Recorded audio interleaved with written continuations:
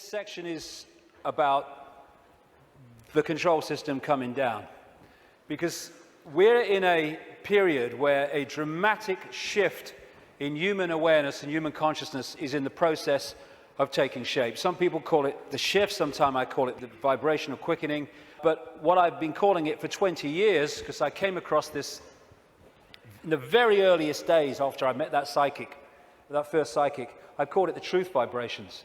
The first book I ever wrote after that awakening started, because it's ongoing, was called Truth Vibrations, or the Truth Vibrations, because I came across this awareness. There seemed no evidence at the time, my goodness, that there was a vibrational change in the process of coming. I understand it more now, mind, and we'll get into it, but I had no idea then. And what it was going to do was act like a spiritual alarm clock, and it was going to wake people up. It was going to wake people up from this slumber, this coma that we've been in for so long. And also, my goodness me, as this truth proved to be true 20 years on, that it was going to bring to the surface all that had remained hidden. That the truth was not only coming out, it couldn't be stopped from coming out, because this vibrational change was bringing it to the surface. Like I say, 20 years ago, awakening, new consciousness, what? Truth coming out? Oh, you must be joking. 20 years on, my goodness, look at it.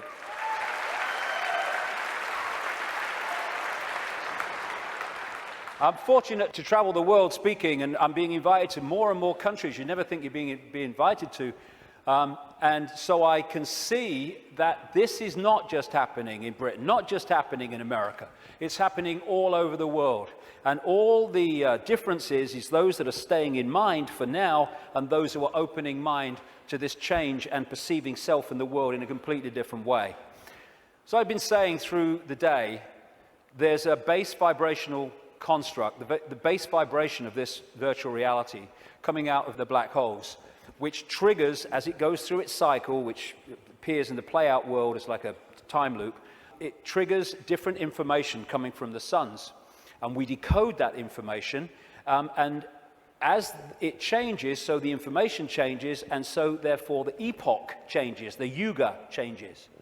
And we're now at this cusp where we're going from one epoch, one vibrational information epoch, into another one.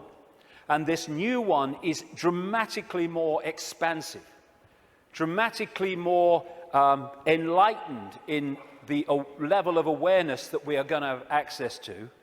And the control system, which is a manifestation of this epoch, cannot survive this epoch, and that's why it's doomed. And we're now in the cusp of that change from one kind of world experience into another one. It's just another stage on the circuit of experience.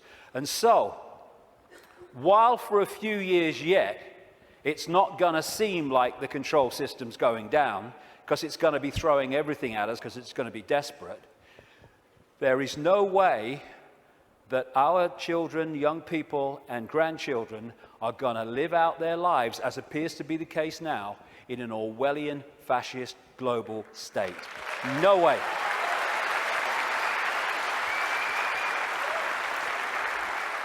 This changing epoch, changing information, is starting to be activated within the Earth grid, and of course within the human grid. This new information is starting, for those that open themselves to it, instead of stay closed in density, because if you stay in a dense state, then these higher vibration energies are not going to impact like you if you open yourself to them and connect with them. But those that are awakening, this new photon information, this more expanded perception, we're starting to integrate it, and we're starting to get insights from it, because it contains information that hasn't been around in this period we've been through. Now it is, and suddenly it's like, oh, I see it now, oh, I get it now. Why didn't I get it before? Because you're now decoding a totally different level of information that's becoming available, and it's encouraging us, it's pressing us, it's urging us to open to all that is and change the way we perceive the world. What certainly is true is some strange things are happening in the sun. The sun goes through cycles of less activity and more activity, the so-called sunspot cycle, which also produces the solar flares and all that business. And it's kind of quite a predictable cycle of some 11 years, and it goes into a down period, and then another one starts. But what's happening now is that the down period has been bewildering scientists, because the new period, the new sunspot cycle of activity, which will push temperatures up a bit, and these bloody global warmers will go orgasmic when it does, is not becoming active. There is no one, this is something I read in a scientific magazine, there is no one alive today, or nearly alive today, who has experienced a down state of sunspot activity of the kind that we've been through in the last few years. This is why temperatures have been falling. This one is the so-called near solar minimum in January 2005 of sunspot activity, and this was the sun yesterday in terms of sunspot activity. Something's changing, and other things about the sun are not reacting as they normally would. But I suspect that when it starts again, and it will, we're going to see some dramatic activity in the sun. And that will impact upon not just the Earth's energy field, it will impact on our consciousness, our awareness, and things will start to speed up. Because this new information construct coming out of the sun is symbolized by Neil Haig and myself as a lion. As the real human being, I symbolize as a lion also. And basically, these truth vibrations are going to dramatically, as we go through these next few years, dramatically affect human perception, human awareness, and human potential as this new information becomes decoded and the awareness potential expands and we access a greater part of all possibility.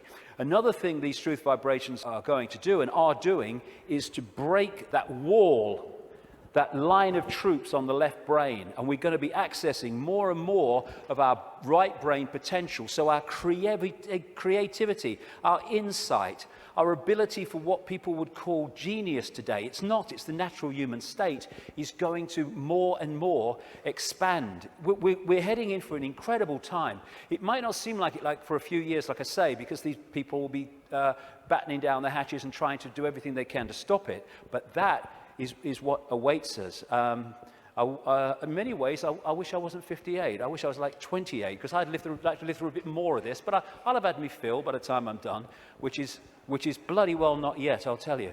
So when so as we are impacted by these truth vibrations, because we open ourselves to them, then we break out of these boxes. And these are the people who are not being touched by that yet, but my goodness me, I'm seeing people now change dramatically in no time. I was walking through where I was speaking in Santa Fe last year, and this guy walks past me. He'd flown in from Austin, Texas, and he said, 3 months ago, mate, I thought you were mad. Words to that effect. He said, now I get it. And he got it so quick, and we're going to see this happening.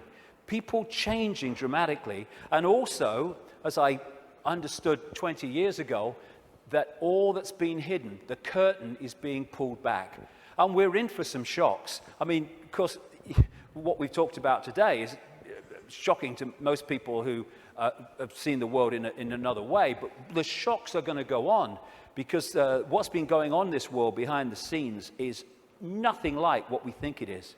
And these truth vibrations, this energetic change, this new epoch of enlightenment and expansion, and people call love and harmony and respect, connection, is going into these dark places, these structures that are held together by low vibrational density, and breaking them up. Not, like a war. It's a new epoch coming. And as the new epoch comes, the energetic change is going to break up the denser structure of society and belief. And like I say, if these guys think, as they do, because they're accessing here, not here, because of their mental and emotional state, that it's a done deal, well, they're in for a bit of a shock. Because, you know, when you've got a dam of water, it can take a long, long time before the cracks appear. But from the cracks appearing to collapse can be a very, very short time. And already, if you look from this perspective, the cracks are appearing. And the first crack is when people say, I've had a freaking belly full of this. I ain't taking this anymore. Then the cracks start to appear. And what we're going to see in the next 10 years is this control system, increasingly as the years pass and these truth vibrations get more powerful, we're going to see this control system come down because a new awareness is being breathed into this reality, and a control system based on suppression of awareness therefore cannot survive that change. Now, another perspective on why the control system is going crazy now. As I say, they can see down what we call a timeline further than we can when we're in this reality, because they're in another reality looking in. So they could see, they don't know the scale of it because they can't get out here where it's being orchestrated from, and they can get here. But they can get a feeling, and they have had an awareness that this energetic change was coming and how it could potentially affect the slaves in terms of waking them up. It is absolutely no coincidence whatsoever that it is now, of all times, in this experience within this reality, when these truth vibrations are manifesting themselves and quite demonstrably changing the way people perceive self in the world, that this control system is at its peak in trying to suppress humanity, control humanity. It's absolutely in sync because this moon matrix can only influence human perception if humans stay within its vibrational frequency, within its hack.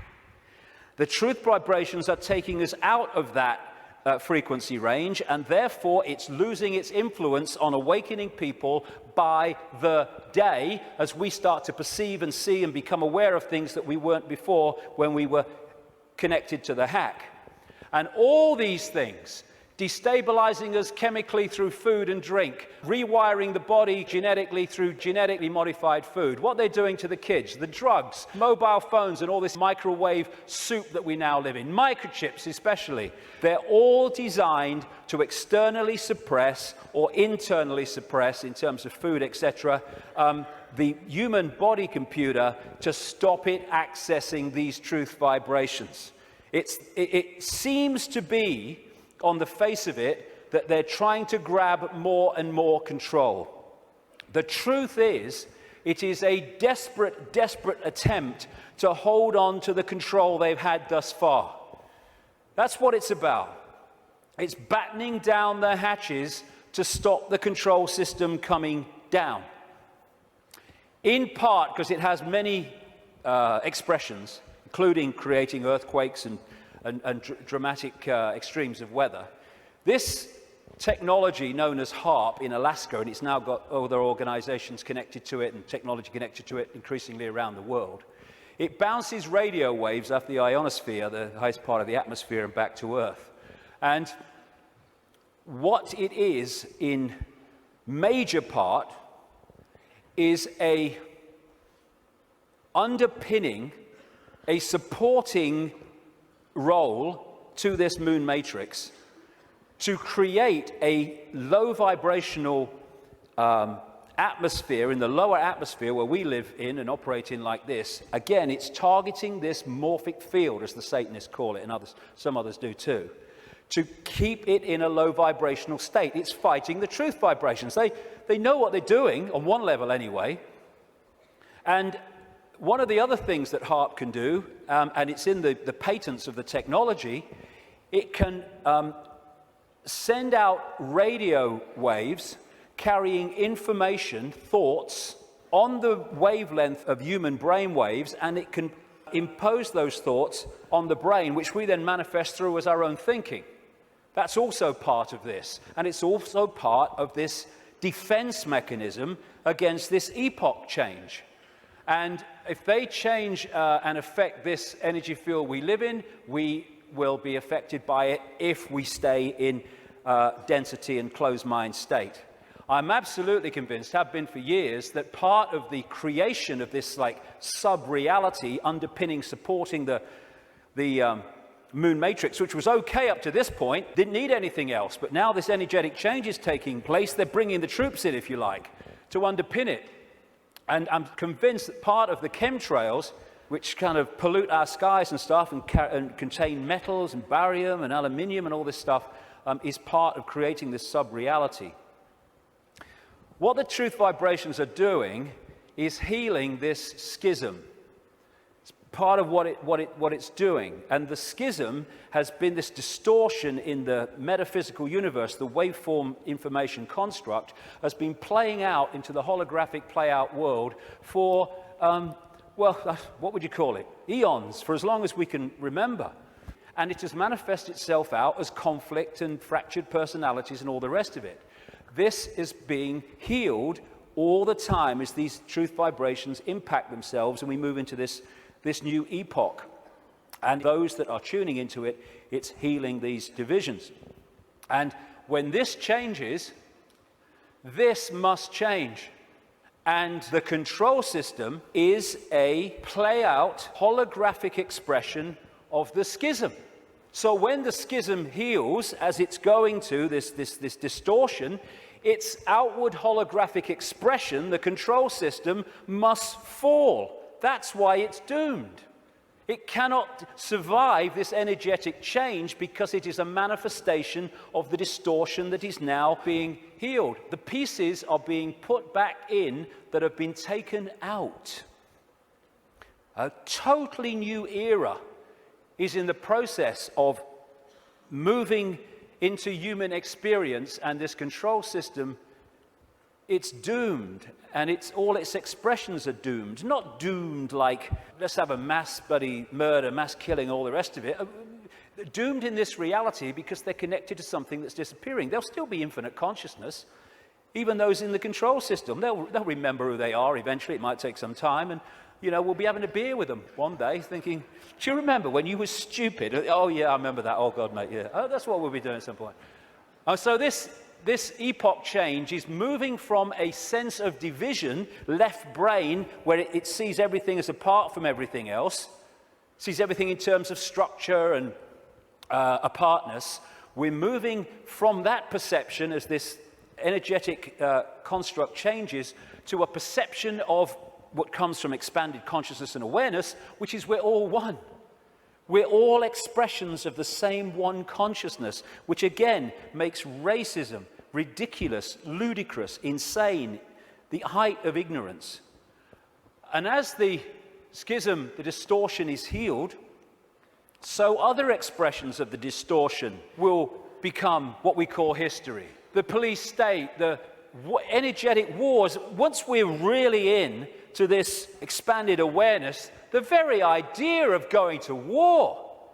We have laws because of the distortion, because of the epoch we've been going through. We don't need laws in the state of awareness that we're going into, and our children and grandchildren will go even more into. You don't need to say we have a law against murder when murdering someone would never even enter your psyche. You don't need environmental protection laws when harming the planet because you know the planet and you are one anyway would never occur to you. You don't need these things. Laws are there to suppress overwhelmingly, but also expressions of laws are to try to mitigate for the distortion that manifests itself in distorted behavior. The idea of anyone going hungry in a world of plenty in the epoch we're entering, never even conceive it. You mean they used to let people starve? That's this mentality that we're moving out of. And we're at the cusp now of this change, which is a very interesting place to be. We're going back to that.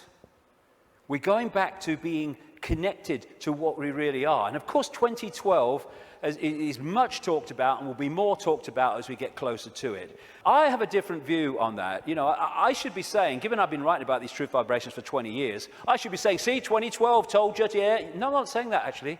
I think 2012 is a diversion. By 2012, yes, things will have moved on. Things will be changing. Amazing things will be taking place. There'll be big challenges, and there'll also be big, wonderful things starting to manifest by 2012 compared with now. But there'll be more so in 2013, more so in 2014, more so in 2015. This is an ongoing process as we move through the cusp out of one era, epoch, energetically, information, into another one. And so by the time it reaches where it's the natural state and the old epoch has gone altogether, it's going to be down the road. But every year, every month, things are going to be moving on energetically. And there'll be things in 2012, and maybe a very good chance that manufactured things will happen in 2012 to focus attention as part of the diversion of the control system. It's quite possible that will happen. But I don't see 2012 as some epoch-changing year. But there comes a point, and I don't think it's too far away at all, where the tipping point comes in this energetic change, where the irresistible force, which is the truth vibrations, then start to become the dominating state of awareness and perception in this reality. And then we're really moving. And I don't see that as too far away. Like I say, it takes a long time for a dam to crack, but not from then to it collapsing. So we're actually living in like a river of energy that's getting faster and faster in terms of its vibration, the quickening. And what we can do is we can get on the airbed or the canoe and we can go, whoa, what a ride, this is great, that's fantastic. Or we can stand there and try to hold on to the world as it was, in which case we're going to be expending more and more energy trying to hold our status quo, and eventually we won't be able to hold it, and we'll get, symbolically anyway, washed away. And as these truth vibrations manifest themselves and our awareness starts to expand, we're going to be accessing levels of realities that have been denied us up to this point. People talk about the sixth sense. That's nothing compared with what people are going to have as we move into this new era. It's going to be extraordinary. We're going to remember the fantastic people that, and potential that humans once were, when they were aware of who they were, and the world in our heads, in other words, the world we experience, is going to dramatically change. We're heading for a new dawn. Now, this is a phrase the control system uses for their new era, a new dawn, a new day. Well, it is a new dawn and a new day, but ain't the one they think's coming. We've been through this process in the last epoch, and now we're going back the other way. And as a result, this control system must fall, and we are emerging from the abyss, the suppression, and all the rest of it to be who we really are. And that must change everything.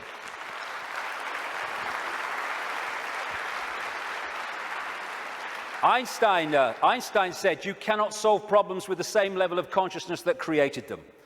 That is very good news, because what we've been doing through this epoch is creating problems with a certain level of consciousness, mind, and then bringing people in to solve the problems with mind and creating more problems. Now we're in this change where we're expanding consciousness, expanding awareness, and suddenly that cycle of problem and more problem, and it's unsolvable. There's no way out of this. Suddenly it's a piece of cake. Look, it's so simple. Fantastic time we're going into, but the next few years are going to be challenging. It's breaking the spell that the moon matrix and its supporting technologies and manipulations has had on the human mind. You know, we don't have to find enlightenment. We are enlightened. What we need to do is remove the barriers of belief and perception that we've thrown around ourselves that keep us from that enlightenment. That enlightenment's never gone away. It's over here. It's saying, I'm over here. I'm over here. And this is what a major role the truth vibrations are doing, because they're the quickening. They're breaking up these dense energy fields, and as they do, suddenly we're connecting with levels of awareness that we didn't realize. We've been in a trance all this time, programming perception because of that. And it connects through the reptilian brain. So let's disconnect from the reptilian brain as part of breaking the spell. It feeds us fear. It has to, constantly. Fear this, fear that. Insecurity, anxiety. That's what it's doing to manipulate our perception and hold us in a low vibrational state, therefore the moon matrix. So one of the ways that we can, just on a daily basis, is disconnect from the lizard brain, and therefore what it's connecting us to is to, simple thing, don't count to 10, count to 50. And if you're still wound up and about to hit somebody, count another 50. Because what the reptilian brain does is it doesn't think, it reacts. That's why it's so fast. It doesn't have to think, just reacts. Now, the other parts of the brain, like the neocortex, they think things through, so it takes longer than the reptilian brain. This is why we react to something, reptilian brain, and then maybe a minute later, 2 minutes later, maybe half an hour later, the visual cortex has thought this through, and we go, oh my God, I overreacted, didn't I? Did I really say that? Oh my God. That's what, it's the reaction system, reaction. And if we can stop reacting, emotional reaction and all that stuff, because, you know, we're manipulated so much through the reptilian brain reaction system. It's not problem, think it through, do a bit of research, see what you think, discuss it a bit, solution. It's problem, reaction, solution. That whole process of mass manipulation is done through here. So when we're faced with a situation, and I'm talking to myself as much as anybody here, you know, I'm not cross-legged on a mountain saying, hey, here I am.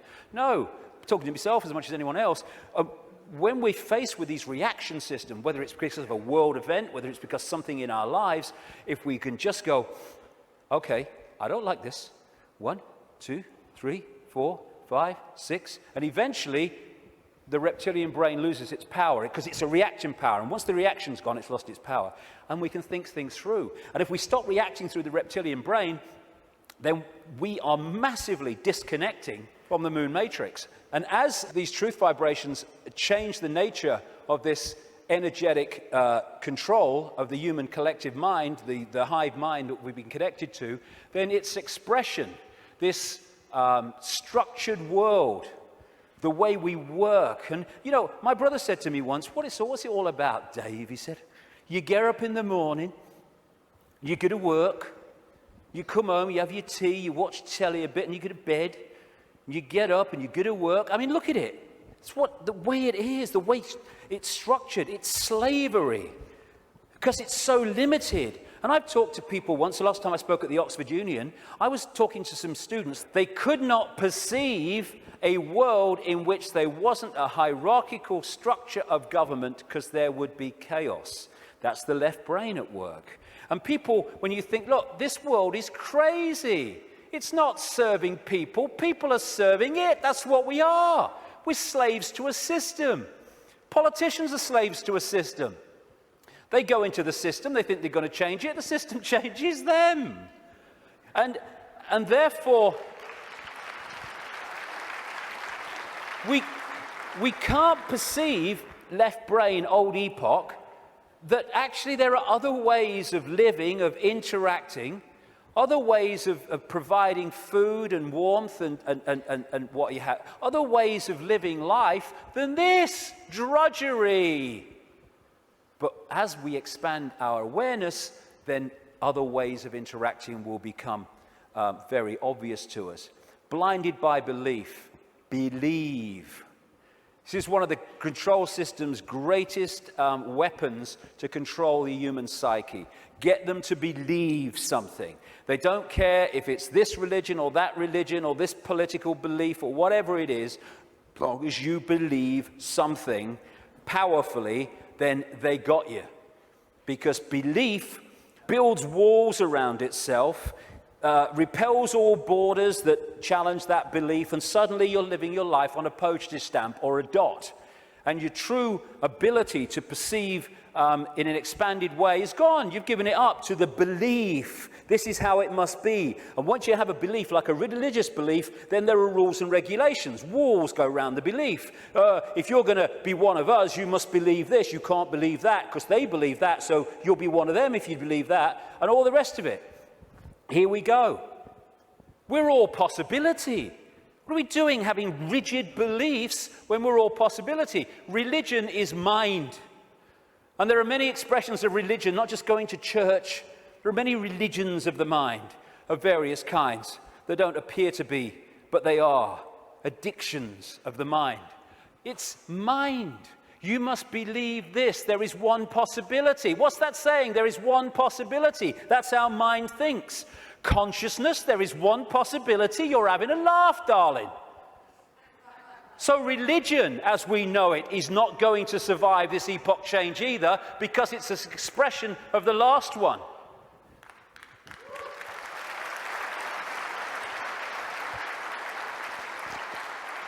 These are people in a hypnotist stage show who've been told that they are religious believers. There's so many religious believers who are like that. There's so many prisons of the mind, religious belief, racial belief. I'm in a different spacesuit to you, so I'm better than you all. It's like being two spacemen on the moon and they're having a bloody argument because one spacesuit is that color and that spacesuit is that color and that was made here and that was made there. Mine's superior to yours. It's childish, child's play. And by the way, it's not just white people who are racist. It's a mentality that can manifest through any race. And we have racism all over the world.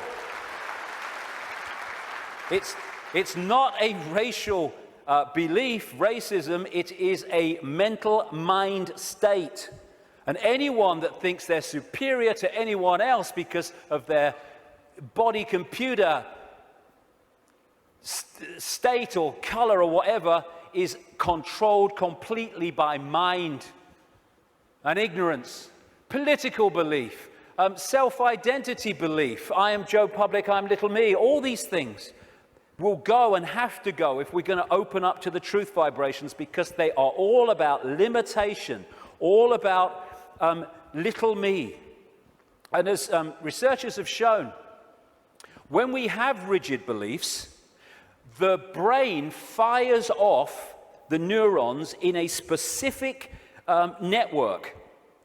And what that does is filter reality, decode reality, in line with the way those neurons are firing.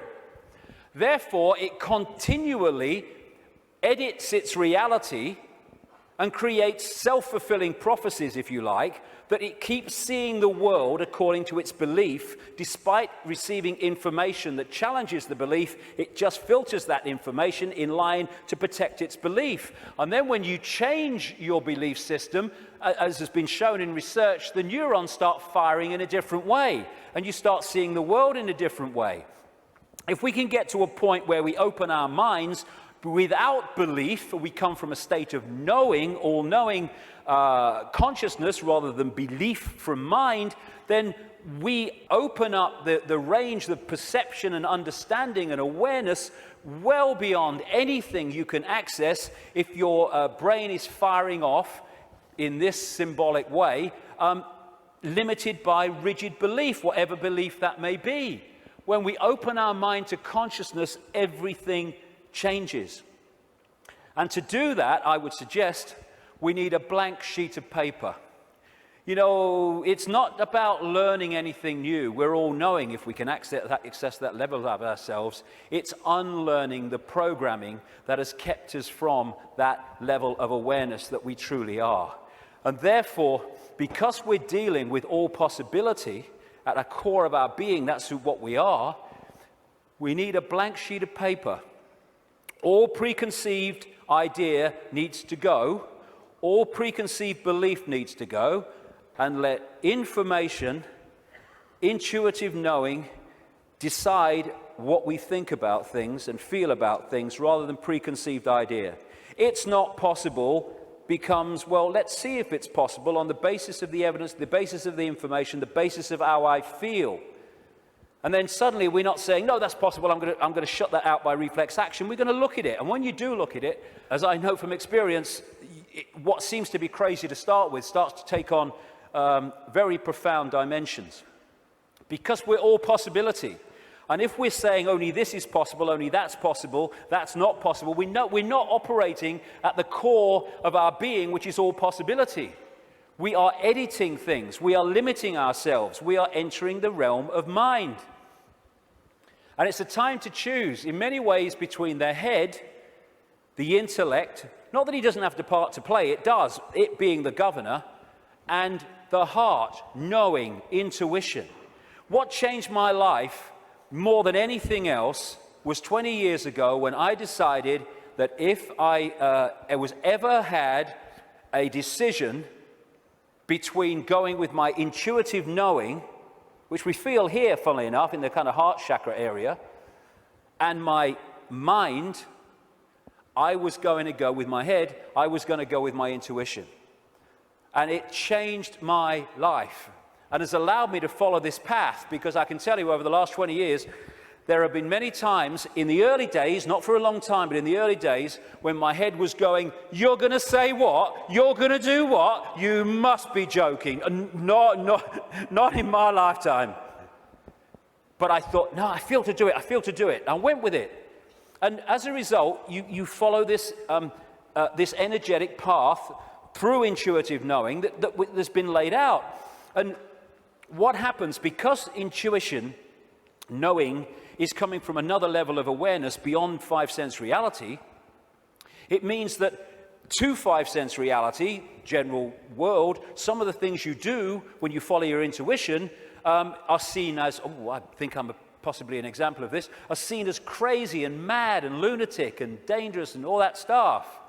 And what happens then when you do that and you get that reaction is that the head kicks in, the mind, which wants to protect its preeminence that it's had up to this point, puts its arms together and says, see what happens when you don't listen to me, see the trouble you've got into?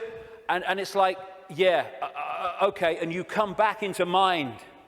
But if you stick with it and you take what comes as a result of expressing your uniqueness and expressing your intuitive knowing, then eventually things happen, good things, great things sometimes, that happen not despite what you did and the reaction you got, but because of it. And then the mind, the intellect, looks at this and says, well, hold on a second. It might get you into trouble, but eventually it works out. And what happens then is your head and your heart, your knowing, your intuition come together. And the war stops. We become whole again, where mind serves consciousness instead of serving itself. And it's years and years, I say this honestly, since my intuition and my head have had a problem. It's an incredible feeling, because it's like, when you start out, it's like, I feel to do this. You're not doing that. No. And then after a while, when this sync takes place, it's like, I feel to do this. And the head goes, okay. And it's a totally different way of interacting with the world. The war stops. And this is open to all of ours. But the first thing is what it is. It's to face the situation we're in, and then we can do something about it. First thing, to realize that up to this point, we have been slaves thinking we were free. And so the first stage is to acknowledge that, and when we do, we can do something about it because we're accepting what the situation is. The second thing is to choose freedom over slavery and be prepared to do what is necessary to achieve that freedom over slavery. And when we do that and we mean it, there is a shift in our energy field. As that shift takes place, what I call magnetic attraction, it's the energy field is of the human body is an expression vibrationally of our state of being, mentally, emotionally, what we might call spiritually.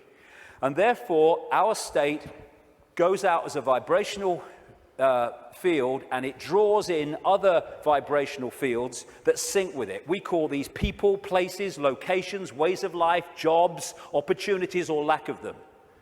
So when this shift takes place, because we've said my intent, very powerful intent, is that I want freedom, and I want to end my life. I'm not going to be a slave anymore. I'll do what is necessary to understand who am I, where am I. Suddenly this energy field shift takes place, and we start drawing in new people, places, locations, opportunities, etc., that are syncing with the new vibrational state as opposed to the old one. And at this point, and I experienced this big time in the public eye, we experience this shift as our lives falling apart. Partnerships may end. We may lose our job. We may change location. We may, like me, undergo massive ridicule. But what if we understand what's happening? The old energy field, the old you, the old intent, the old awareness was pulling in the old life. And then when it shifts, it's pulling in a very different expression of the new vibrational self. And that transitional period, when the shift takes place, the old life falls apart. But if you want to change your life, then the old life has to fall apart unless it serves the new one. So when we choose freedom, the transformation can be challenging. It's easier now because more and more people are going through it and we're beginning to understand the process. I felt like this so many times. I went to the top of a hill in the south of England, the west of England, one day because I didn't want to upset anybody. I went to the top of this hill in the middle of nowhere and I screamed my frustration out. I know what this image means and so many other people do. But it was the old life breaking down so the new one can take over. It's time to know thyself. Not thyself that we've been told we are, but thyself which we really are. This self, everything from the beginning, my birth, my ancestors, my children, my wife, everything comes together simultaneously. I saw everything about me, about everyone who was around me. I saw everything they were thinking now, what they thought then, what was happening before, what was happening now. There is no time, there is no sequence of events, no such thing as limitation of distance, of period of time, of place. I could be anywhere I wanted to simultaneously. That's who we are. And that's what the control system has tried to keep from us.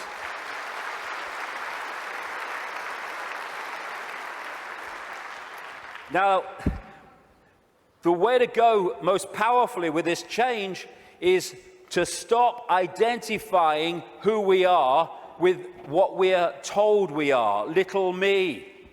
To stop looking in the mirror and thinking that reflection is me, it's all I am. And looking at ourselves under the microscope, that's who I am.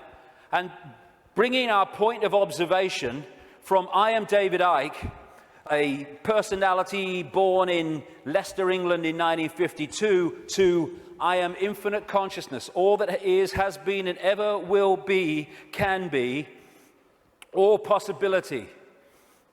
Infinite love, having an experience through this lens into this reality that they call David Icke.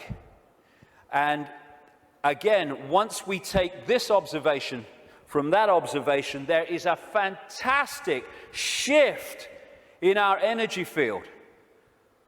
And we break up these densities that are holding us in mental and emotional servitude.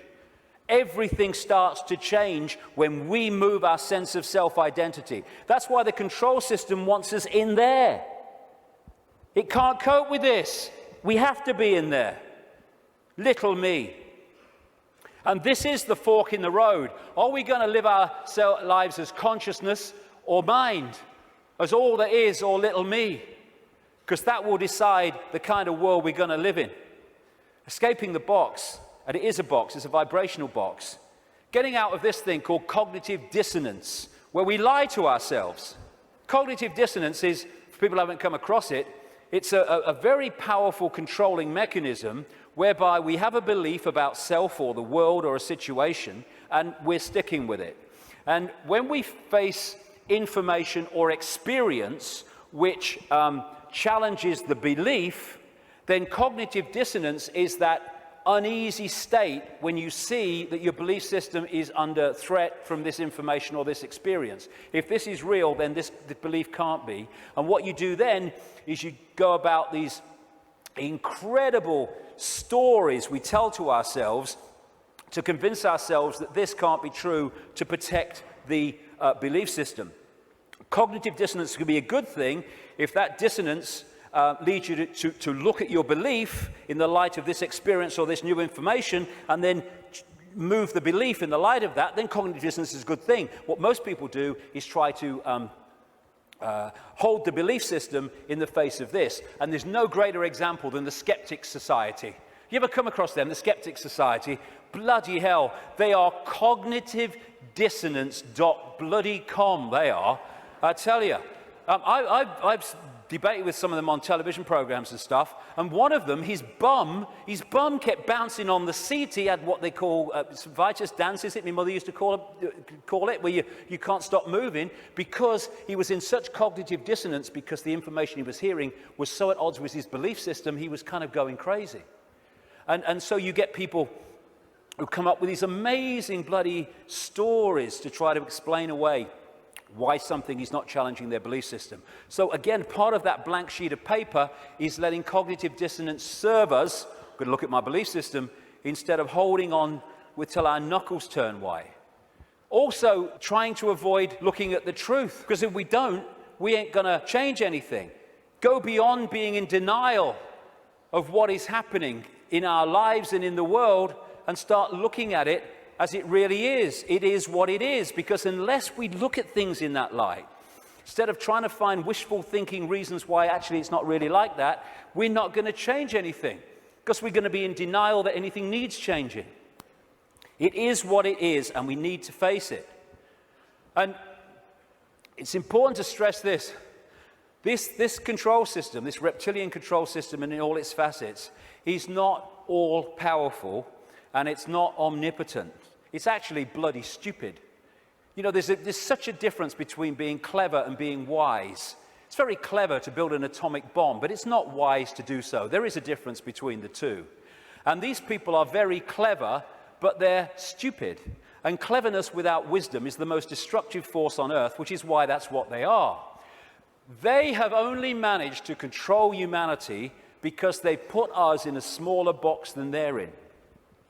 Because of their mental and emotional state, fear, wanting to control because of fear and all the rest of it, they are in a vibrational box. They can't access any higher levels of awareness because of their mental and emotional state that's holding them in density, and their fear. Their fear is being passed on to us through this collective mind. So the only way that they can manipulate and control us is by putting us in a smaller box than they're in, and that's what the suppression of knowledge and awareness and consciousness has been all about. But as we open ourselves to the true nature of ourselves, we can move well beyond any area that they can access. So just because they're technologically advanced intellectually, it doesn't mean they have power over us and they're omnipotent and all-powerful. They're not. They're desperate. Desperate because of the numbers of them to the numbers they're trying to control. And the other thing, I use this analogy a lot, is, like I said earlier, we don't have to find enlightenment. We just have to open our programming to the enlightenment we already are. And it's a testament to the magnificence of what we really are, that this control system has had to throw everything at us. Look at it. All these facets, the food additives, the electromagnetic pollution, the programming through the media, the suppression of education, the suppression of science, all this stuff, they have to throw at us to keep us in servitude.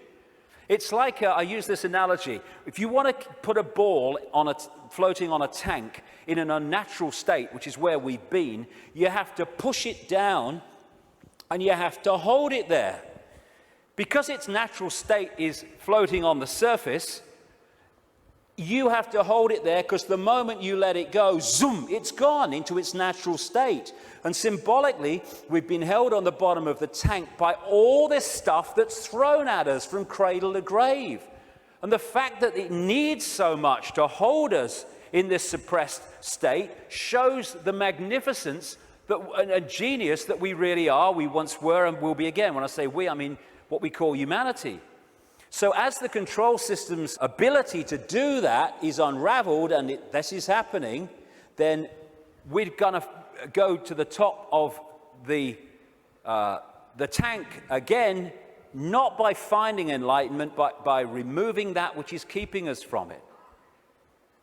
Be afraid, big monsters coming. This is the big area that they control us with, and we need to let go. They're feeding of this fear. Like I say, 1.5 billion people in China controlled by a handful because of fear of challenging the handful. No more fear. I mean, this is such a symbolic picture. Here's all these bloody sheep, and here's two shepherds, and there's a guy at the back. Now, those sheep, symbolic of humanity, can only be controlled in this way because they acquiesce to the shepherds, and the sheepdog symbolizing fear. What if this group of sheep, instead of going ba, ba, ba, ba, and if they want to, oh, ruff, ruff, oh, fear, oh, following the one in front, the control system, the shepherd, yeah. Oh, he's got the power, he's got a stick, aye. What if those sheep said, oh, look, I'm not following him anymore. And hey, Rover, woof, bloody woof, on your bike, you're not frightening me, okay? I'm over here. I'm over here. I'm over here. I'm going down here. I like that. There's some grass down here. Suddenly, this herd, flock, whatever you want to call it, is scattered because it's expressing its uniqueness and it is not fearing the consequences. These people, apparently all powerful, have no bloody power. None. They'd never find most of them. Don't mind catch them. And that's what humanity's like. We have the numbers. And yet, because we acquiesce through fear of challenging the control system, even though we have the numbers, the handful of people control the many. We have the power. We've chosen not to use it. It's about bloody time we did.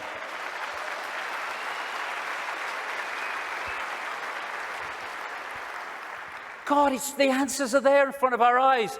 The definition of insanity is doing the same thing over and over again and expecting different results, Albert Einstein. Absolutely it is. So it's pretty certain that if things are going to change in terms of control and suppression and all this stuff, then we've got to stop doing the same thing over and over again, and that is acquiescing to the control system. We're all possibility. What are we doing, thinking that we just do the same thing over and over again? That's one possibility. Let's express our uniqueness and respect each other's right to express our uniqueness. We're all possibility. Actually, one possibility is swimming against the tide. Let's try it. And let's respect each other's right to do that. We should be celebrating diversity. Diversity is an expression of all possibility. It's acquiescence and conformity that is an insult to all possibility. And yet that's what this system wants us to do, conform. And you know, at least sheep need a sheepdog to keep them in line. Humans have out-sheeped the sheep because we keep each other in line. We don't need the sheepdog.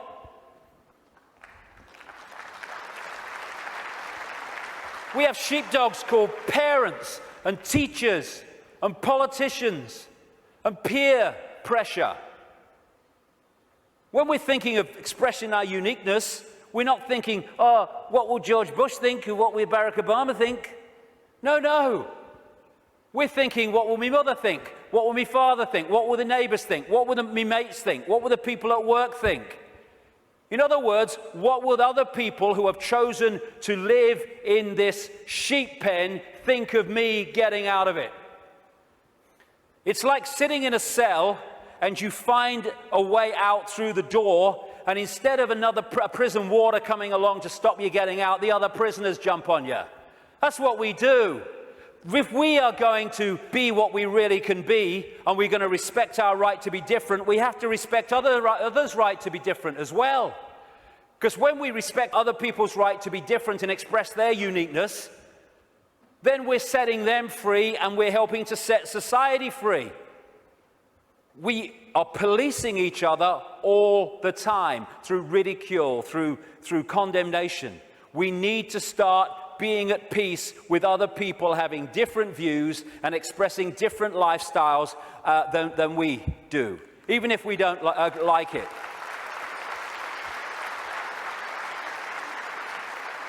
This breaks up this sheep policing the sheep.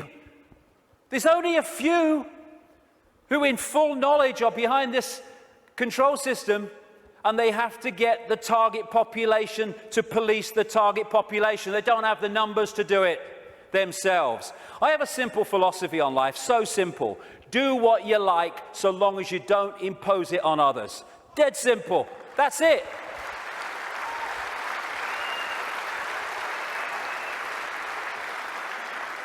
And I've heard people say to me, that would be anarchy. What about people murdering each other? Well, I think that murder could just about constitute imposing your will on another person. And when you think about that simple philosophy, it overrides all law, need for law, if we live that. We don't need laws that say don't murder when you wouldn't impose yourself on another person. But we can do this. You know, if Henry Kissinger wants to sacrifice George Bush, be my guest as long as you both agreed. Because when you leave the body, you'll feel right prats and you might learn something in your eternity. I get interested when they want to impose things on other people that don't want those things imposed upon them. That's what the control system's trying to do. That's why I'm interested. But express ourselves as long as we're all agreed. And we don't impose it on other people. We have this either or. Someone wants kind of a rave or something, and some people don't want to be affected by all the noise and disruption. And so we say, they can have it, they can't have it. It's either or. Any society that was conscious would say, okay, we can sort this out, okay? They don't want the noise, fair enough, understand that. They want to have a party, a rave, a good time. Okay, now, let's find a place where they can have what they want that don't disrupt anyone else's life. So they can have their experience that they want and no one else is affected. Everyone's a bloody winner. This is either or. Someone must win, so someone must lose, so someone could win. Old epoch consciousness. Winner, winner, win, win. That's the new consciousness. I stand upon my desk to remind myself that we must constantly look at things in a different way. You see, the world looks very different from up here. You don't believe me? Come and see for yourselves. And it does. When you move your point of observation, the world looks so different. When we break out of constantly scanning the world from a single point of observation, so everything looks the same. From a higher point of observation, things look very, very different. And we can break out into infinite consciousness, clear our minds. That's another thing, another layer on the onion. It doesn't matter. My goodness me, how we make things matter that don't matter. And it clutters up our mind, it clutters up our emotions, and holds us in low vibrational servitude. I have a thing I call the deathbed perception. You're lying on your deathbed, well, your body is, you're not, and you've got 10 minutes to live. Tell me, looking back at your life, what mattered. You know, in 2004, when that guy cut you up at the lights, and you got out your car and you screamed abuse, and he got out and wanted a fight, does that matter now? No. Then the trick is to make sure it doesn't matter then. To bring that mentality into everyday life. It doesn't matter. We get het up, angry, frustrated. We worry about things. People worry about going to the dentist. Then they go to the dentist and they go, oh, that was all right. What do you mean it was all right? You've been worried sick for 3 weeks. It's destroyed your life for 3 weeks. You tell me it's all right. It was no problem. It's bringing this. It does. What really matters? What really matters is loving each other, caring for each other, being kind to each other. What matters is expressing our true magnitude of infinite genius, not acquiescing to meaningless things that we take so bloody seriously. How many things do we look back that got us really het up, frustrated and angry, and we look back, it didn't really matter, did it? Well, don't let it matter then. That's the thing. And then there's what I've long called combing the mirror. Combing the mirror is a crazy thing, because what happens is you want to change your hair, so you comb the mirror. Funnily enough, your hair doesn't change. What you have to do is comb your hair, and then the mirror reflects it. And this so-called out there world is like the mirror. It's not even out there. It's a projection of in here. If we're going to change this apparently out there world, we have to change in here. It's like if this is a movie screen, and I don't like the movie, so I'm going to stand here and I'm going to hurl abuse at the movie screen. Nothing's going to change. I've got to go back to the projector and I've got to change the reel, and then this will change, because this is just an outplaying of that. And the Illuminati control system is delighted, indeed encourages us to believe that we can change the world, if you like, and our lives out there. They want us to comb the mirror because they know nothing's going to change. This is where things change, and we connect with this at what we call the subconscious mind. And it's in the subconscious mind that we interact with this waveform construct. The conscious mind experiences the play-out holographic world, the decoded world. So this is where we have to change things. Because by the time it hits this screen, this holographic decoded world, it's like the movie on the screen. It's a done deal. You ain't got to change that now. You ain't got to change this now. We have to change it before we decode it into experienced holographic reality.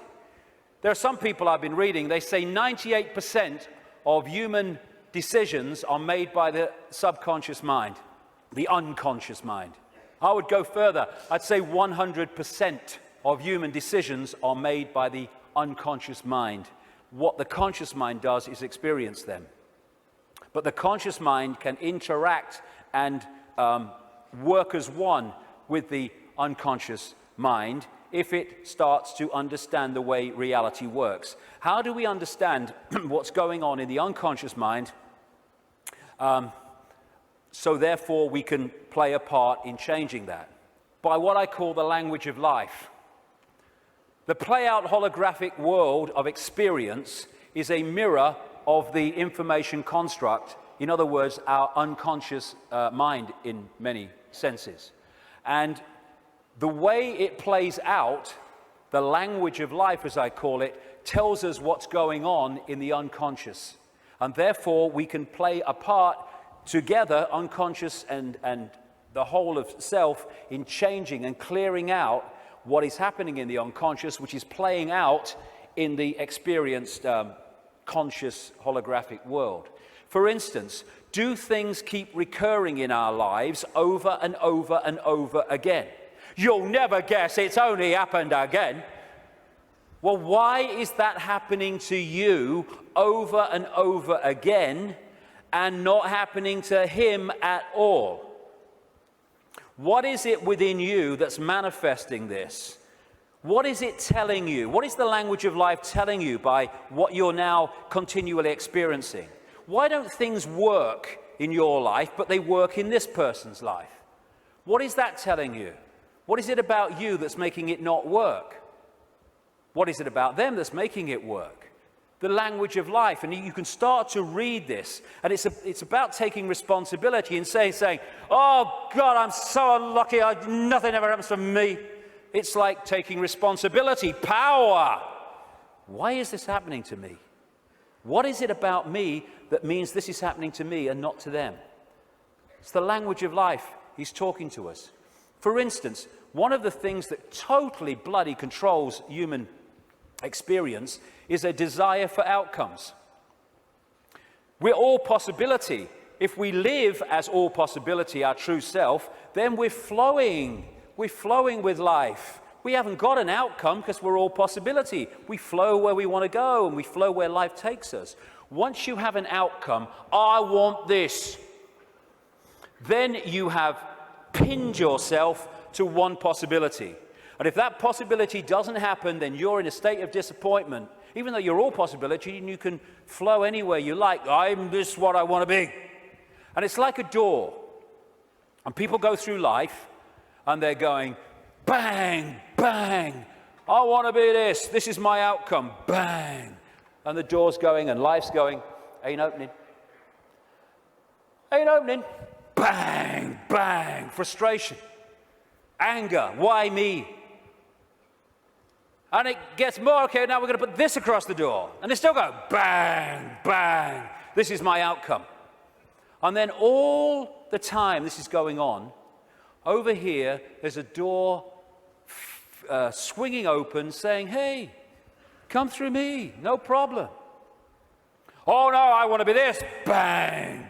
And we go through life, and the door doesn't open, and that one's saying, over here. But because we have an outcome, it means it controls our life. And like I said earlier, and suppresses our life. I don't have an outcome. I don't have an outcome. When I get up in the day, I don't have an outcome. I don't have an outcome in my life. I just go where it takes me. Outcomes are limitations, preconceived ideas. Now, intent is a very, very powerful force for change. This is my intent. That energy goes out there, and through what I call vibrational magnetism, it draws towards us what we need to do to achieve that intent. Not when there's an R in the month, and every now and again, every time. So when we have this intent, I want to be truly free. I want it to be the true magnitude of how I am. I want to know what's going on in the world. I want to understand this.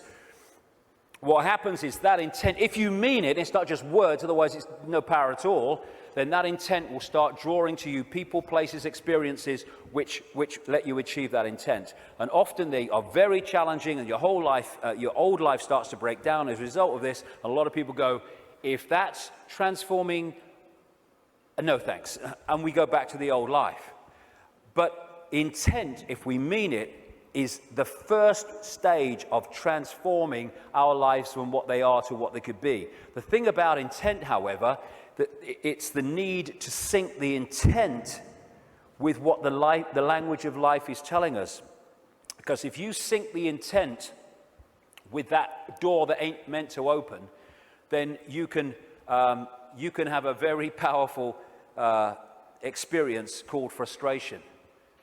Because the intent then is not going to open the door, because it ain't meant to open, because it ain't your journey. I have this thing, flow equals go, stuck equals chuck. Or at least look again at what you're trying to do and how you're trying to do it. It might be how you're trying to do it that's not stopping it flowing. But in the end, life is not meant to be a bitch and then you die. It's not meant to be a series of frustrations and barriers. It's meant to flow. That's what we are. And if it's not flowing, then the language of life is saying something about us. Why isn't it flowing? And interestingly, I've experienced this so many times. I know other people have too. Once you acknowledge what the experience you're having is, maybe one you don't like, is saying about you, you acknowledge it, you bring it to the conscious, boom, there's an energy shift and the problem disappears. The pain in the arse in your life goes out because you've acknowledged it, you've read the language of life, and therefore you don't need to experience that anymore and come to that understanding because you have, and it's gone. Taking responsibility is a very, very fundamental part of this transformation.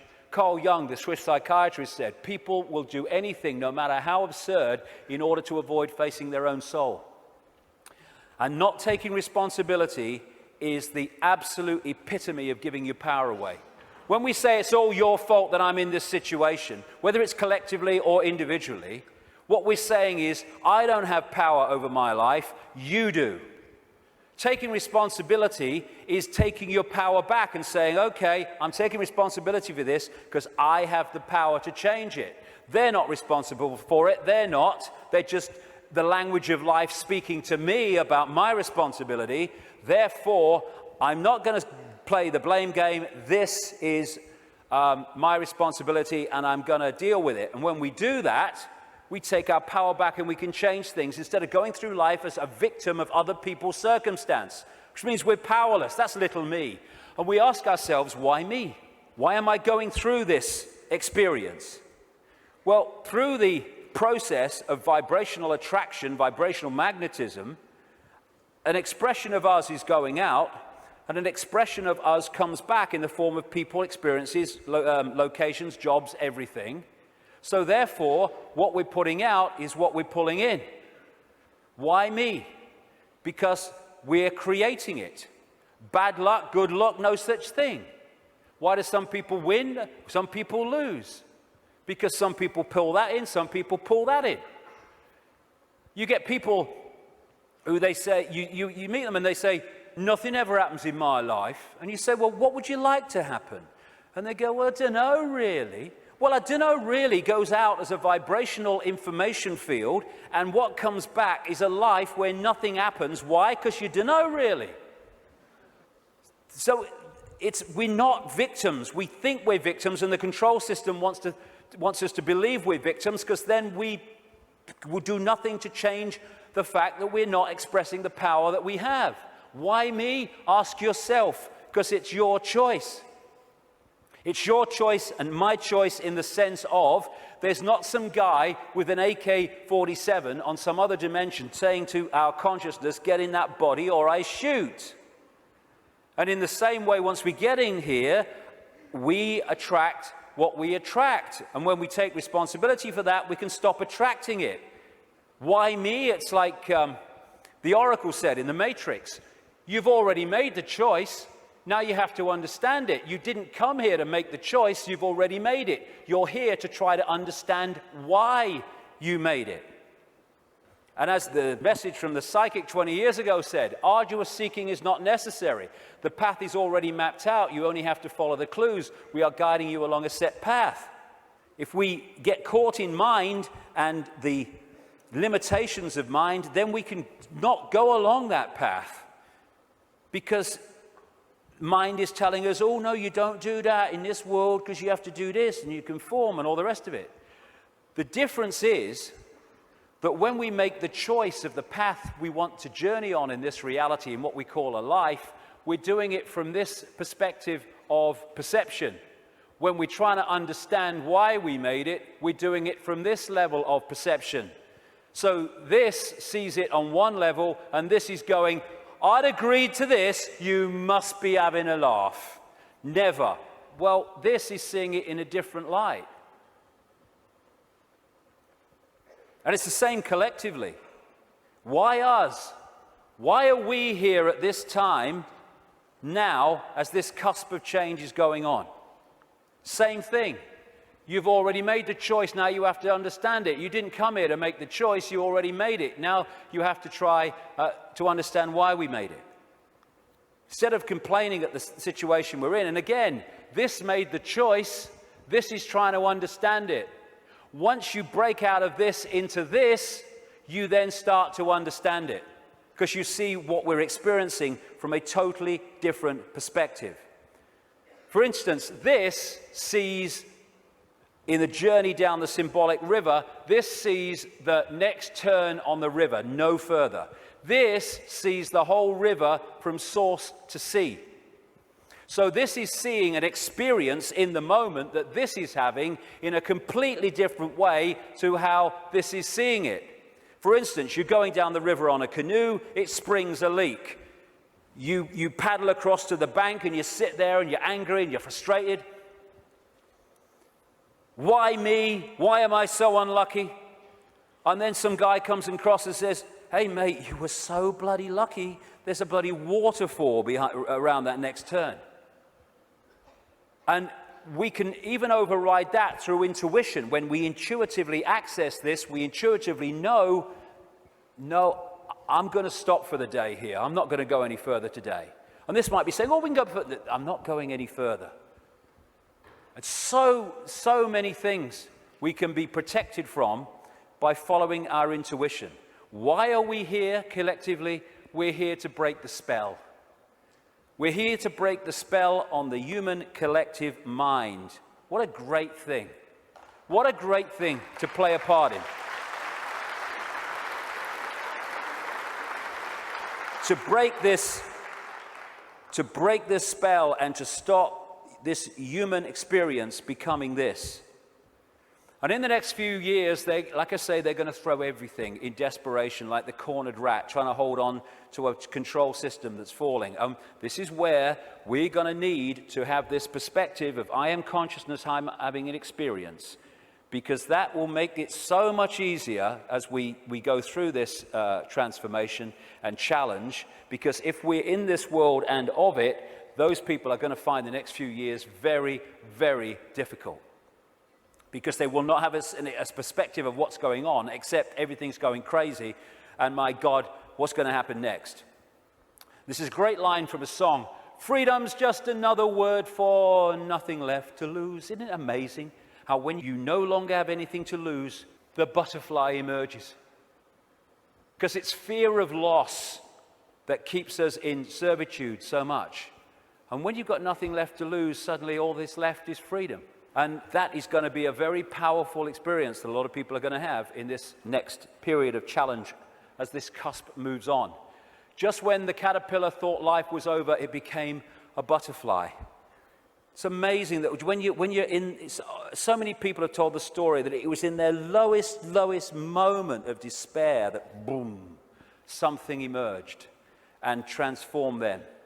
Nothing left to lose, freedom. Okay, I'm waking up, so what do I do? Well, I would suggest that we all stop making bloody excuses. You know, we can all come to the conclusion that there's this control system and it's doing this, and what about the children, and what about the grandchildren, what's going on? And then the list of excuses why we actually can't do something today. Well, there's a game on, and I've got to do this, and I've got to do that. Nothing is more important than focusing on what is happening, because everything comes from that. What can we do? We can refuse under any circumstances, no matter what the frickin' laws and the pressure and the imposition, we can refuse not to have the right to express our freedom of expression. Refuse under any circumstances to shut up.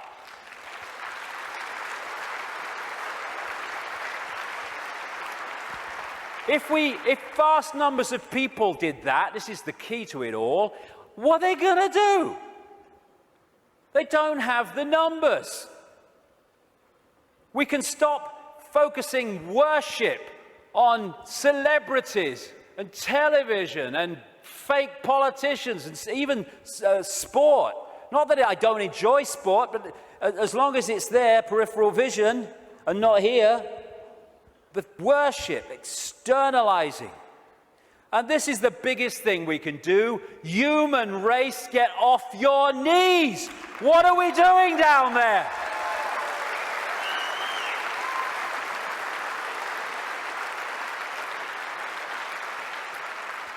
What are you doing?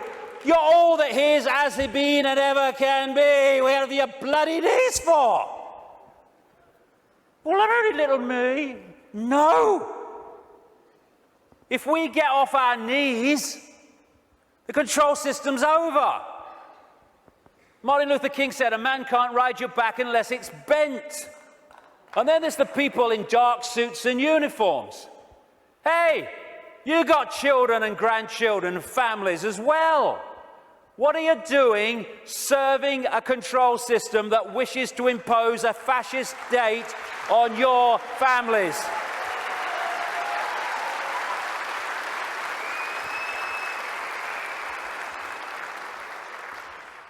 What are you going to say to your kids when the control system's in and it's controlling every facet of their bloody lives? Daddy, Mummy, Granddad, Grandma, what were you doing when the control system came in? I was helping to do it, dear. All the best with that conversation. What are we doing? Playing a part in, oh, it's me job. Well, get a bloody another one then. We got to do this to our children because it's my job. What can we do? We can cease to serve the control system in uniform with a gun in our hands. We can do that.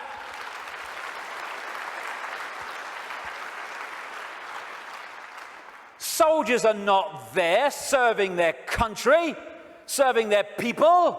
They're there serving the cabal that's seeking to enslave their people and their families. As Einstein said, the pioneers of a warless world are the youth that refuse military service. And more are equal to that, the adults beyond military service who support those that refuse to serve this control system in uniform. Oh no, you've got to serve your country. You serve your bloody country. I ain't doing it. Just like those wonderful Israeli young people. Know thyself. When you know thyself, when you know you are consciousness, the consciousness is going to get a machine gun and start shooting at aspects of itself. Mind does that. Mind fights. Consciousness doesn't even contemplate it. And that doesn't include just people in uniform. It means fighting for freedom. What's all that about? Let's fight for freedom. Let's have a riot in Athens and let's kill 3 people from the banking system. Hey, the world's a better place now. What you fight, you become. We don't want to fight this system. We need to cease to cooperate with it. This is a meeting of mind. One mind on a horse, one mind with something in its hand trying to do damage. Oh, they're 2 sides. They're one mind without consciousness. Freedom fighters, contradiction in terms. Cognitive dissonance. As Martin Luther King said, the limitation of riots, moral questions aside, is that they cannot win and their participants know it. Hence, rioting is not revolutionary but reactionary because it invites defeat. It involves an emotional catharsis, but it must be followed by a sense of futility. They want people to riot. It justifies more control. Nor do we need to meet this challenge with hate. That's playing away in the stadium we're trying to rid the world of. We don't need to hate these people. We just need to stop cooperating with them. Well, you know, if it's all the same with you, mate, I ain't doing it, okay? No hard feelings, bugger off. And then we've got this, the protest, the mass protest. I do understand that. It might have a part to play. But so many times these protests, they're what I call steam whistles. You know, people go out in big protests with the banners and they kind of feel good about themselves and they go down the pub and say, at least we made our feelings felt. And then what happens? Bugger all. How many people marched in London against the invasion of Iraq, and what happened? Iraq was invaded. Protesting has such limitation. They don't care if we protest and walk through the streets and shout slogans and wave banners. They care if we come together, irrespective of color, creed, gender, sexuality, any of it.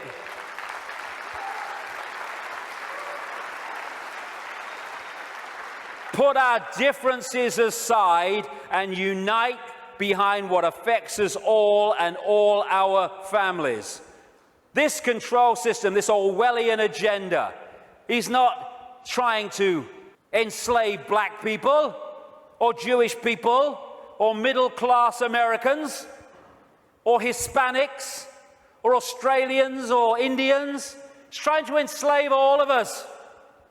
And what it wants to do is divide the target population against itself through these fake, ridiculous fault lines of race, religion, income bracket, so that we divide and rule the target population and they can pick us off one by one.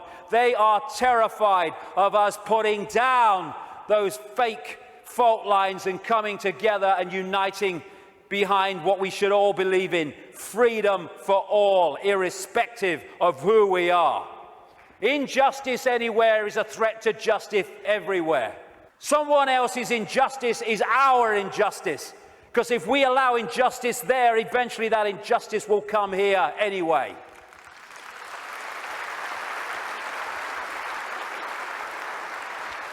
In the end, we will remember not the words of our enemies, but the silence of our friends. Silence is consent. Can you hear us now? Silence is consent. Because while we're silent on these impositions, the impositions just keep going on and on and on. By our silence, we are acquiescing, even agreeing to them being imposed. The end of silence, the end of acquiescence. If we want to be free, then don't run and hide. Because you can put your head in the sand and ignorance is bliss, but only for a while. You can put your head in the sand because there's a tornado coming. But the tornado's still coming, your bum's in the air. If you lift it out the sand, take responsibility and face it, you can take avoiding action. Ignorance is bliss with a head in the sand, and then, bang, your ass is spinning up in the clouds. Strength does not come from physical capacity, it comes from an indomitable will. Mahatma Gandhi. Isn't it amazing how true that is? How you can see soldiers in uniform involved in truly extraordinary levels of physical courage and what we call heroism. And yet those same people are terrified of saying boo to another guy in uniform who's got more stripes on his arm than he has. Isn't it amazing? Where physical strength can come so easily, and moral strength not. That's to do with the moon matrix and the way that our perception is manipulated. Turkish proverb, a lion sleeps in the heart of every brave man, every brave woman, and it's not really bravery. When you let go of fear, you don't need bravery, you don't need courage. Courage is overcoming fear. When you let go of fear, because I'm all that is, has been, and ever will be, what's the worst that can happen to me? I leave this physical body of limitation and I become all that is, has been, and ever will be in full awareness that that is what I am. My God, I'm terrified that that might happen. I don't know how I'm going to cope with the terror of thinking that might happen. Know thyself. Again, recurring theme, know thyself. We are consciousness. What is there to fear? Death? There is no death. Just putting the telescope down. We can meet this with fear. Oh my God, the police state! Or we can treat it with the emotion it deserves. Eh?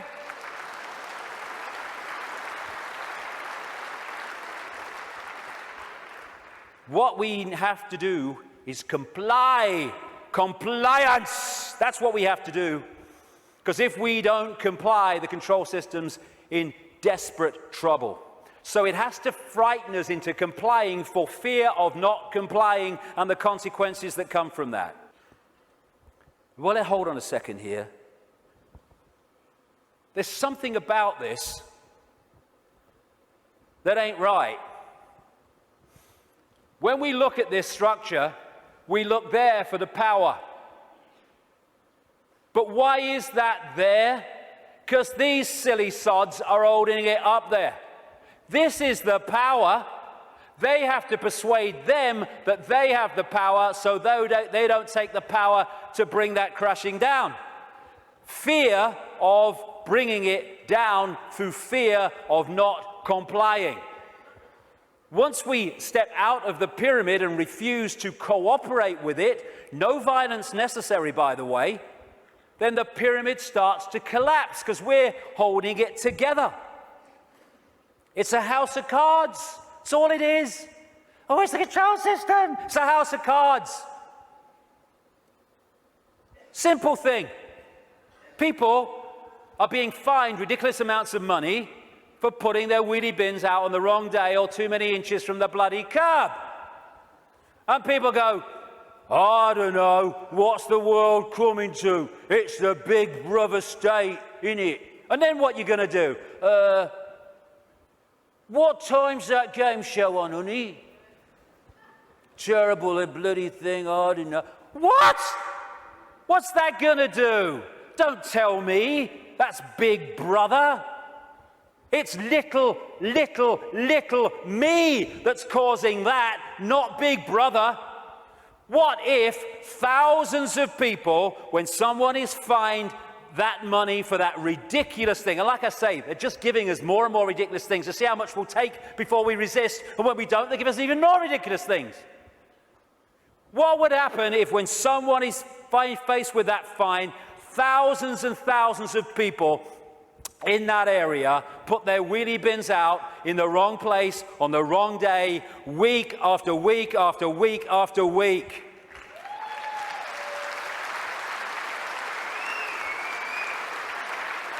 The system couldn't cope. We have the numbers. And I see this, your vote is your voice, be heard. Bollocks it is. How can the vote be your voice when the people you're given the choice of voting for that have any chance of forming a government are standing on the same postage stamp of political policy and perception? There's no choice. We've reached a point now where the vote becomes a voice when we refuse to vote. We refuse to play the game anymore.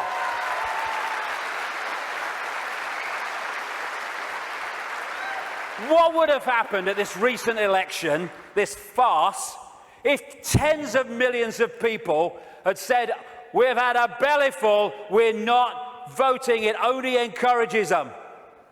We are not voting because we're going to make a statement that we know this system is rigged and we're having it no more. What would have happened in these days that have passed since that election? The whole focus of the media and everything would have been, bloody hell, what's going on? Why this mass refusal not to vote? Now we've got a debate going. Now we're looking at why people haven't voted because the system is rigged. Now the system has to bloody start to change because it's lost its credibility. But instead, the majority trotted along to vote because they said, well, if you don't vote for them, they might get in. It doesn't matter! Their masks on the same face. So what if they get in? Same thing will bloody happen. Comply! No! No, no! Not if it's enslaving me and my children and imposing on my freedom. Comply, leave your home now it's foreclosed. No, no, no. Let's follow this through, shall we? Millions of people in the world are losing their homes, being foreclosed, and ending up homeless. Let's follow this through. Why have you lost your home, my friend? Because I can't pay me mortgage. Why can't you pay your mortgage? Because I lost my job. Why did you lose your job? Because the great banking collapse, they can't get this, they can't get my company went bust. And who's taking your home away and saying you've got to leave? The banks that caused the fricking problem. And we are leaving? What are we doing? What are we doing?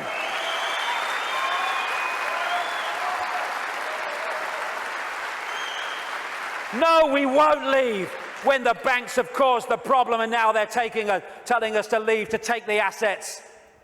No, we won't. And people who are not being foreclosed need to support those that are. We're all in this together.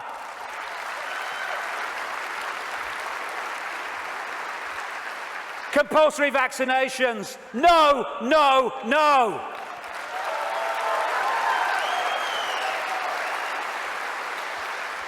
You must do what we say. We have changed the law.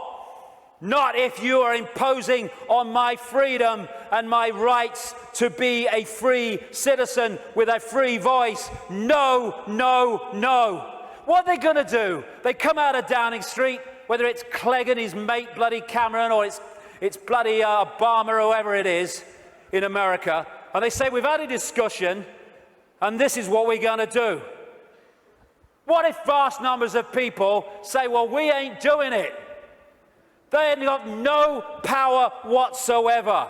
Their power comes in our acquiescence. Oh, but you can't defy the law. Okay, let's follow this through, shall we? By the way, while I'm talking, put your arms out and I'll put the handcuffs on, because that's what you're telling me. What you're telling me is this. We have no say in laws that are passed.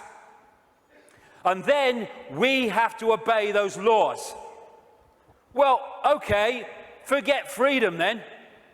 Okay, what if they passed a law that says, we take your children away?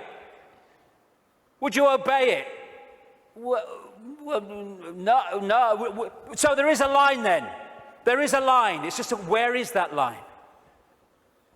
And if a law does not respect human freedom, it does not respect human justice, it doesn't respect fair play, we should not be acquiescing to those laws. We should be refusing to acquiesce.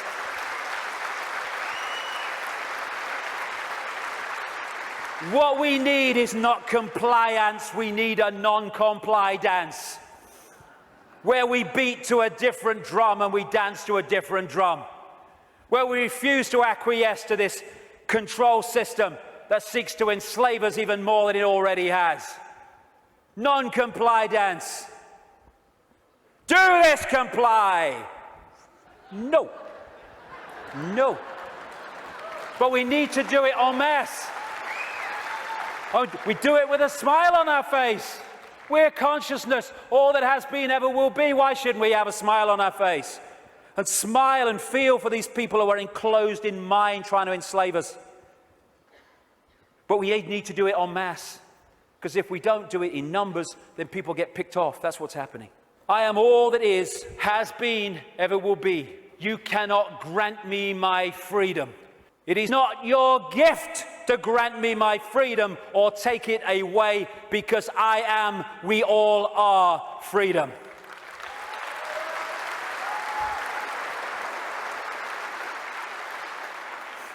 Put another way,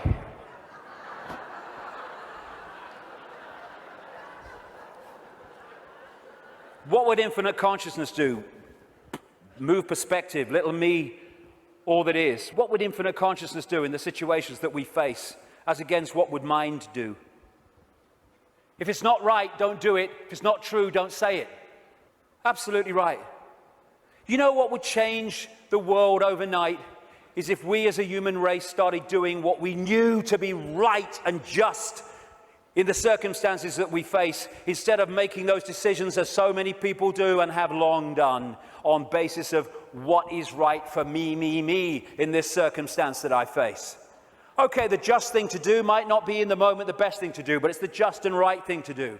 And if we started doing what we knew to be right when we're faced with these decisions, as opposed to what we perceive is right for us in the moment, although doing what is right for us in the eternity, then everything would change.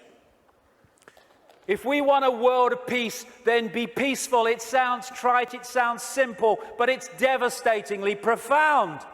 That's what we need to be with each other. You know, we have people going on anti-war marches who are hurling abuse at each other in their relationships and stuff like that. If we war with each other, then the collective version of that is warring collectively. If we want peace, let's be peaceful. If we want a world of kindness, then let's be kind. And it must come, for goodness sake. It must. If we're all kind to each other, we live in a kind world. Martin Luther King said, cowardice asks the question, is it safe? Expediency asks the question, is it politic? Vanity asks the question, is it popular? But conscience asks the question, is it right? There comes a time when one must take a position that is neither safe nor politic nor popular, but one must take it because it is right. And when enough of us take that stance, everything changes. The revolution is not a revolution of weapons, it's not a revolution of fighting, it's not a revolution of hatred, it's a revolution of perception, because everything changes. I am a lion then. I'm not the lamb I kept seeing in the mirror and the world kept telling me I was. And then that expresses itself out into the true nature of who we are. And miracles become possible. We're going into the epoch of what we perceive as miracles. It's just a greater understanding of the way everything works. And the system must fail when that happens. We're being offered, the truth vibrations are offering us in this time, the chance to open the key to our minds, the key to our hearts, which have long been closed by so many people. The key to the freedom on a level that we cannot comprehend, because until we expand our consciousness, we cannot be aware of the true nature of what freedom is. It's not even what we perceive in this world. Enough of this suppression, enough of this slavery, enough of this enslavement of the few by the many. As the poet Shelley said, rise like lions after slumber in unvanquishable number. Shake your chains to earth like dew, which in sleep had fallen on you. Ye are many, they are few. Enough! It's time to fly. It's time to fly. Thank you very much. Thank you. Thank you for coming. Thank you. Let's get on with it. Thank you. Thank you for coming. Thank you for coming.